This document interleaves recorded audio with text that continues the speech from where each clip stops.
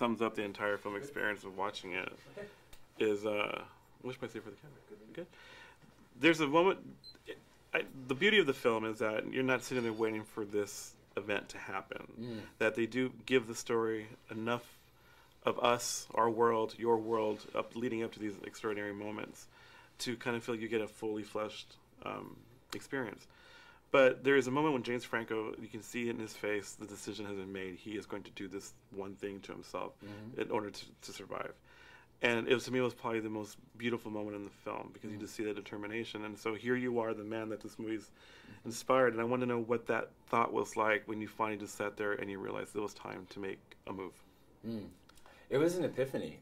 It was a very euphoric moment because the resolve had been there for days, as you see James going through this experience, trying to amputate his arm, discerning the tourniquet, and then attempting to saw at first through his arm, and then stabbing his arm, but being stymied by the bones that are too durable for the knife at this point, which is so dull from trying to chip away at the boulder that it can't possibly go through those bones.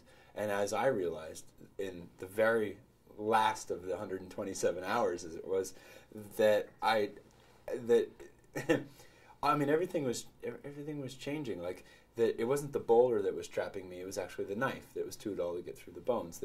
That actually the boulder then became the solution. That it was the boulder that would allow me to get free because of how it was holding my arm. I could break the bones in my arm, and at that, just the thought of it, it was this beautiful euphoria that came over me. Like, I'm going to get out of here after all of this time, and having attempted to even sever my arm and being defeated in it multiple times, that now I'm going to do this. I'm going to get out of here. And it was like this eureka experience that's it. I can use the boulder to break my bones. And I'm like smiling at this time. And as I was involved with the filmmaking, I really lobbied to make sure that smile appears. And that the audience understands it. I mean, by this point, like, yeah, it's a triumph. He's going to get out of there, and we're really rooting for him to do it. As much as in the beginning, as an audience member, we might walk in thinking, like, this is a movie about a guy who cuts his arm off. And we know that going into it. And yet it's almost like a surprise when it actually happens, as well as the climax that maybe we know is inevitable and we know that it's coming, but yet it's so well orchestrated that when it arrives, like, it's graphic and intense, but it's also something that I think conveys that sense of liberation and euphoria, freedom that really is about the joy of life. Now, this is the third incarnation of your life story. You had the actual experience itself, the book you wrote about it, and now this film. And as the narrative starts to morph, because now it's a film experience, it's a little different than actually living it or writing about it. Obviously, it's still an entertainment. How has that narrative changed for you as you see this evolve and become different things? Well, I think to some extent it making the film has helped me understand my own story with some different insight. It's helped me understand how I've changed and grown really in the last 7 years now.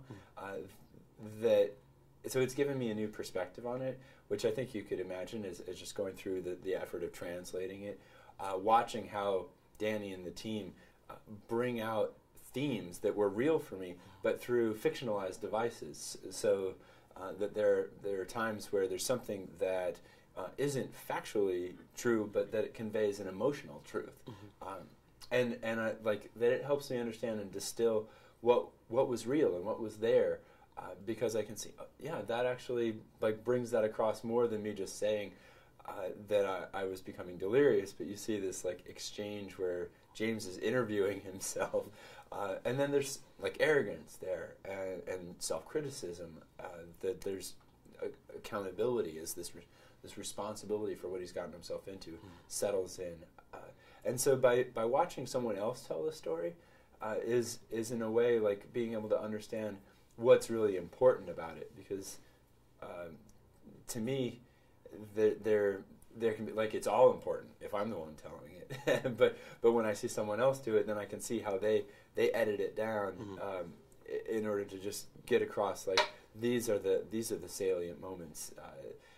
These are the important experiences. These are the emotions that are running through there. And at the same time, I say that so it has given me new perspectives, And on the other hand, they tell it so authentically that it's still my story.